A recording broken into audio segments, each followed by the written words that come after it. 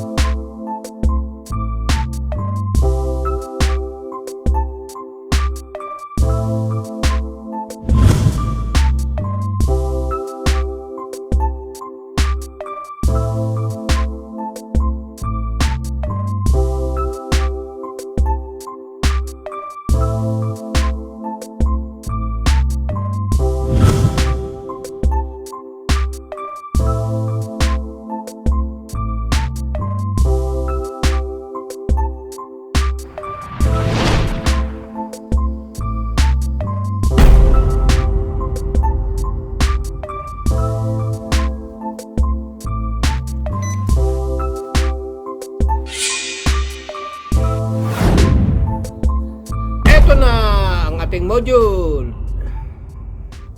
Nag-upload na tayo ng code. Ay, bakit ba ganun na yan? Anong nangyari dyan? Ano yan? Ito yung ating Bluetooth module. Ito yung kanyang ano yan? Siya ay logic level shifter. Ginawa ko siya galing sa lumang project. Para saan yan? Ha? Para hindi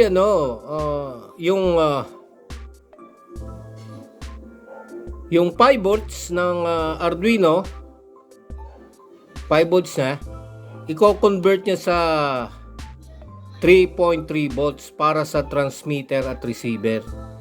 Meron siya ritong voltage divider resistor para hindi masunog ang ating Bluetooth module. Kailangan step down mo sa 3.3 volts yung kanyang transmit receive signal. 3.3 volts step down. Lagay lang natin. Lagay natin sa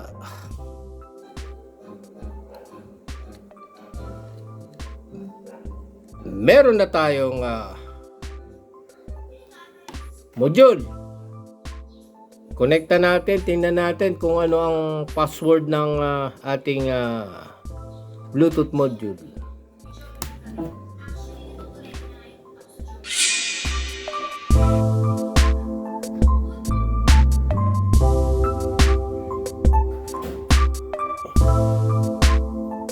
Yung ating module, nagbi-blink na yung LED niya. Siya ay ready na. Yun,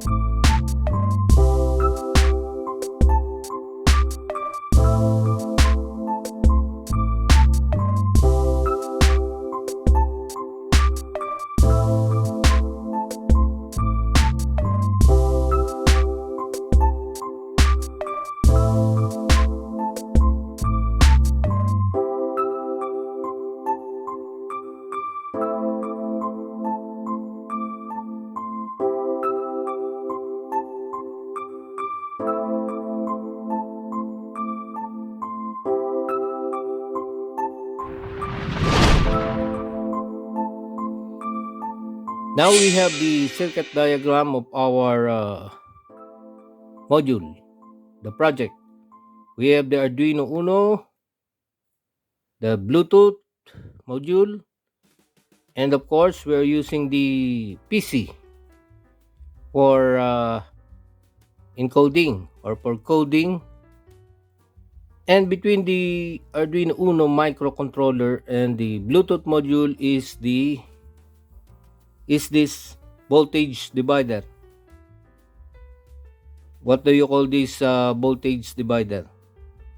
This is a logic level shifter.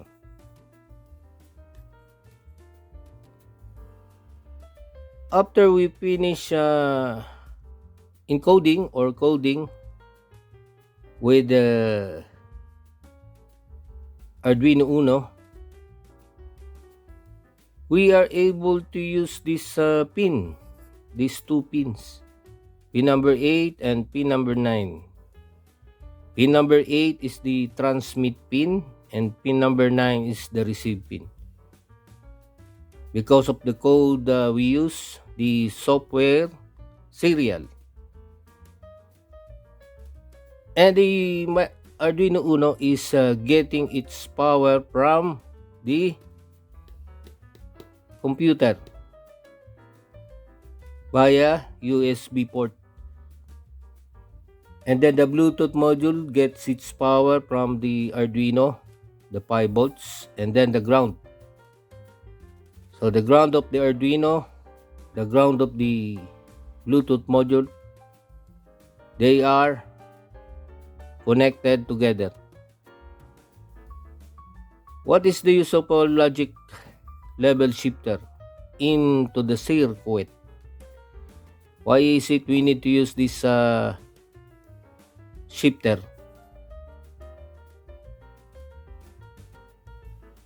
Because of the code we use, we are able to use this pin number 8 as a transmitter,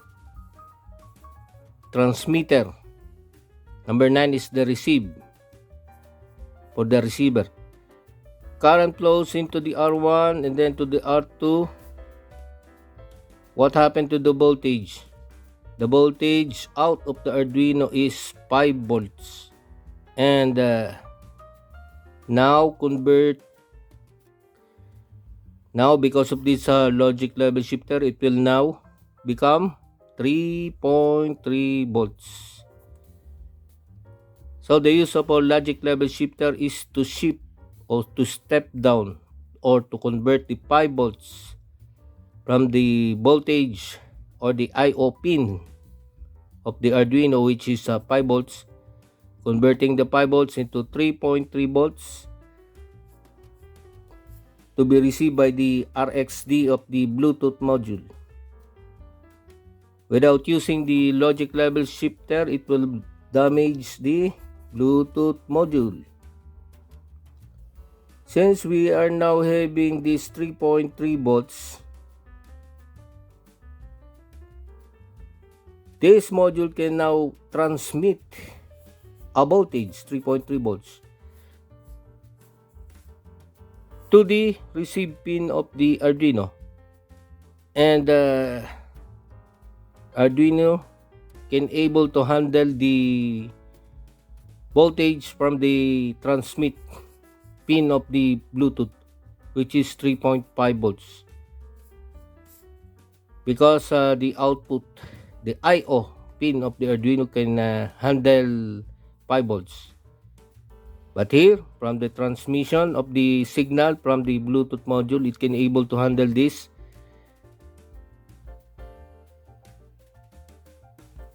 from the to the pin of the Arduino, 5 volts.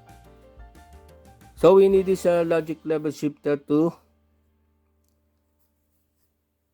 have a communication between the, or to connect the Arduino Uno to the Bluetooth module. Without this, it will damage the Bluetooth module.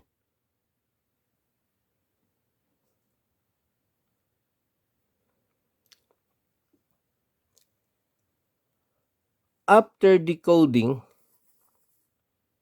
from the PC, we have the code. We already uploaded the code to the Arduino. We can able to find the password of the Bluetooth module by typing the 80 plus pin to the serial monitor of the Arduino IDE. And the password is 123456. We also get the name of the Bluetooth, the role, what is the role or the configuration of the Bluetooth to the circuit diagram. The configuration is, it is a slave. Typing the 80 plus role, we've got the number 0 that represents the slave. If this is if we have a 1, it represents the master. So the Bluetooth module is the slave, the configuration of the Bluetooth module. Then we also have the address, the MAC address, and then the baud rate, the speed of the Bluetooth, which is 4 bits. That is the speed of the Bluetooth. 4 bits, it means this is a serial communication. The transfer of data from Arduino to the Bluetooth, and the Bluetooth going back to Arduino is transferring the bits continuously or one by one, serial communication. That is the communication protocol used in this type of circuit. Also, we have the MAC address, the role, the baud rate, the version. The version of the module is version 5.3. So this type of Bluetooth module is version 5.3. This is not a Bluetooth low energy or BLE type Bluetooth module. This is version 5.3, higher than the Bluetooth low energy. Okay? The Arduino is getting its power from the PC via USB port, the Bluetooth from the USB 5 volts ground to ground, and the communication, transmission, and the reception, transmit, receive 3.3 volts. You can measure this 3.3 volts from the R2 resistor, 2.2K voltage divider. This is a voltage divider. If you measure the 2.2K, you will get this 3.3 volts for the I/O or signal output level, logic level for the Bluetooth, and then the Arduino Uno Microcontroller. The communication of the two, transmit and then receive by the module, and then the transmission of Bluetooth to the receiver section of the Arduino Uno.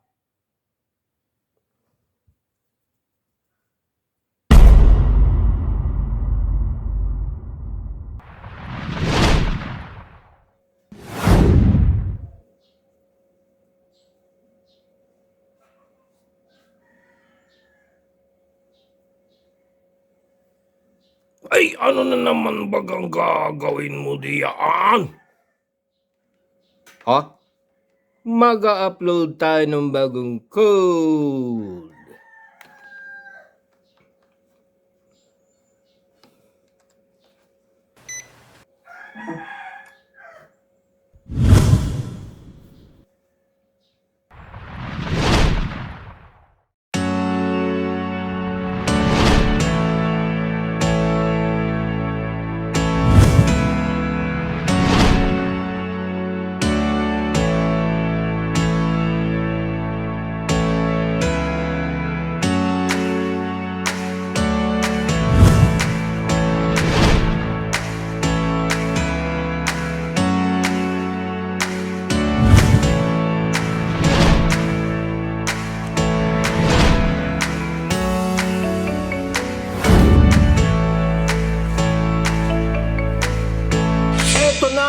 Ating project.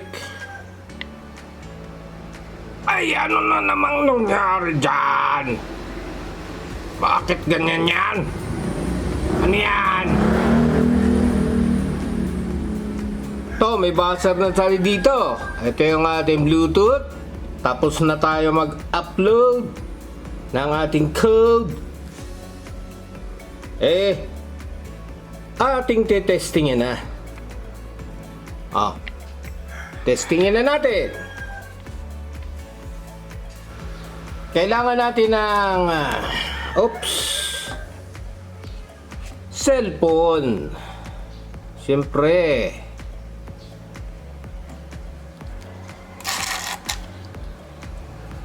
At kailangan natin ng apps.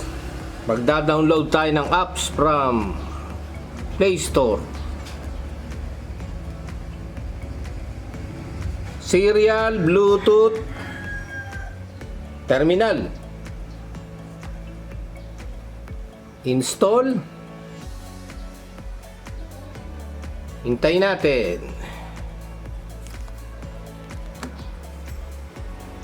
Aba, mabilis lang. Na-install na kagad. Open. Teka.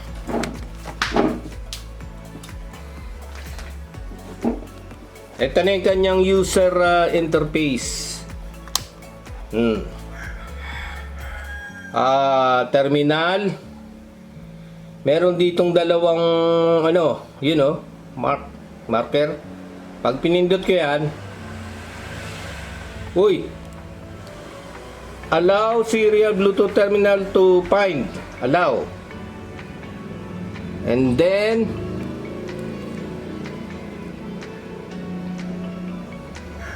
ayaw pa rin. Punta tayo ng device.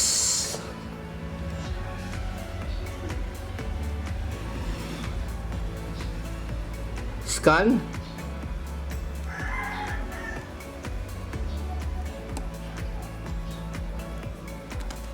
Teka, kabit natin. Hindi natin kinabit yung ating may power na siya.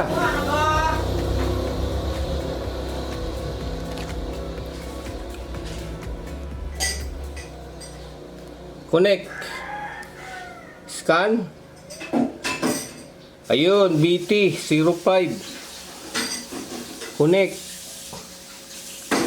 Under siya ng Bluetooth low energy, pero ang version niya 5.3. Ayun, connected. Yun, connected, i-configure natin yung button, long press. Yun, lagay natin sa M1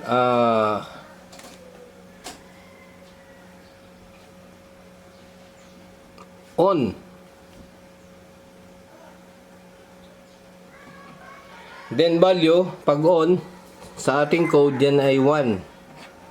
Okay, text, send, and then check. You know, on. M2, long press, and hold. M2, kino-configure pa ang button. Off.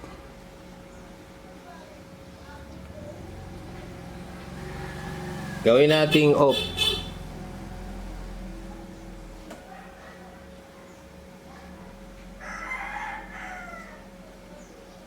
Off. Value, pag off, sa code, siya ay 0. Text, send, check. On, off. Meron tayong on-off button. Siya ay connected na. Hindi na humingi ng password. Connected to BT05. Kasi na-testing na natin. Kaya hindi na humingi ng password. On. Tingnan nga natin. On. Off. Uy. Off. On. Uy, bakit? On. Off. On. Off. Diba? On.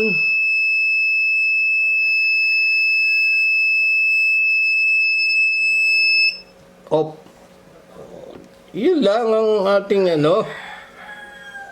pag-configure ng apps using serial Bluetooth terminal. So kailangan yung apps para gumana yung ating module.